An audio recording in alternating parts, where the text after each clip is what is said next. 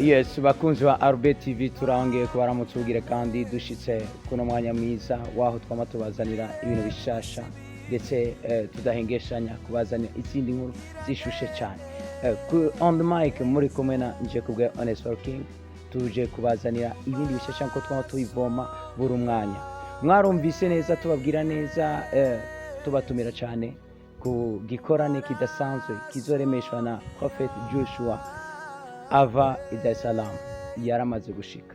Iyo nkuru twaramaze kumva neza tudakekeranya, ariko tubandanye tubibutsa ko mubwirizwa kwiyandikisha mukande mugire sabone aho nyene mubona ngaha muce mugira jeme hanyuma mutibagije partage nko nabandi babwira akaryoshe nikayumwe.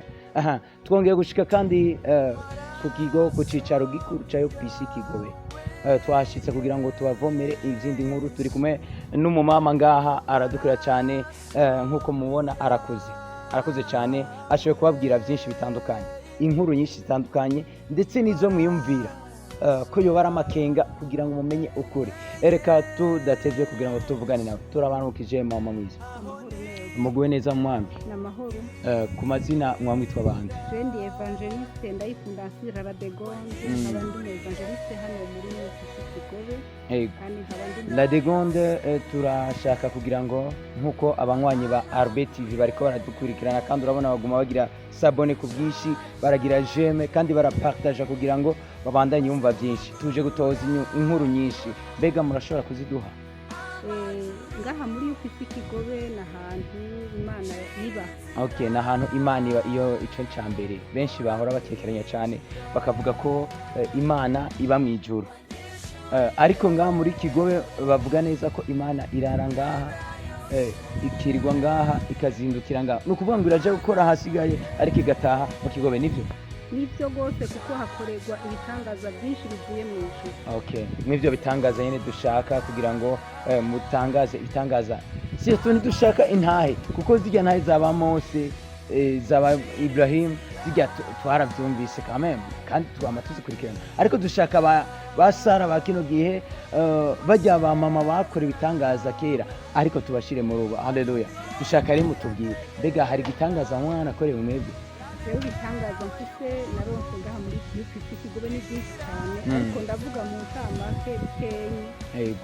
Nkurikije ibyo twizera ngaha turizera icyo bita serumu yo mu mwuka, kuvuga amaraso yakiyemo, amazi yakiyemo amaraso ya Yesu Kristo. Okay, tukiraho nyene serumu yo mu mwuka. Mbega mo isobanura ko batayizi neza? Hari gihe boca batangura kwiyumvira ko ari ya yindi baja mu bitaro bakamanika hama gashunguriye mu buntu. Mbega namwe uko muvyumva muravuze ngo ri serumu yo mu mwuka, mbega bipanze gute, byifashe gute kugira ngo tubwire abariko baradukurikirana badahengesha badakubita akagoye?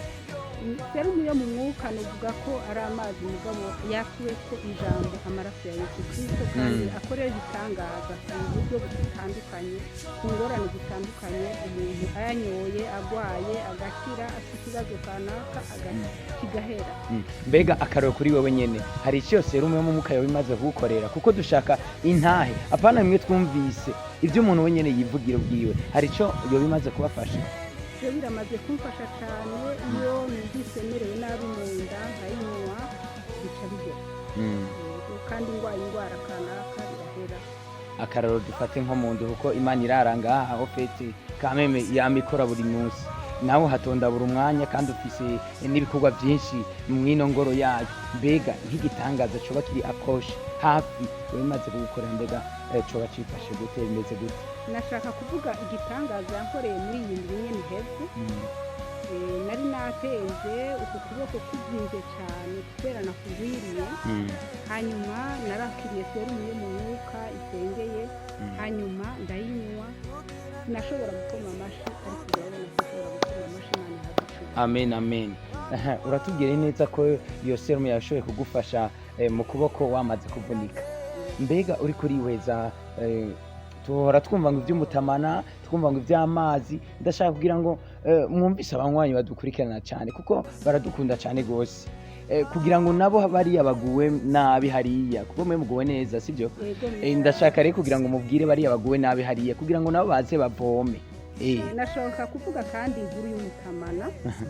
Igihe kimwe narababara cyane hano ku izosi, hanyuma ndafata umutamana ndawurambikako yaciye bihera hanyuma ejo bundi naho naratemvye ndavyimba cane iritako ry'iburyo riravyimba rwose kugera hano hamwe bidakunda nuko ntambuka ariko narafashe umutamana ndawuraza ko mw'ijoro nkarara ndawurazeko nagiye mbona ntambuka uyu munsi ndi muzima Imana ihabwe icubahiro amen. Bakunzi ba Avuze TV turabibutsa cyane kugira ngo mubandanye kugira subscribe na jeme na partage mutibagiye guhereza n'abandi baguwe nabi hariya kugira ngo baze nabo bavome kuko tubanda tubamenyesha byinshi bitandukanye.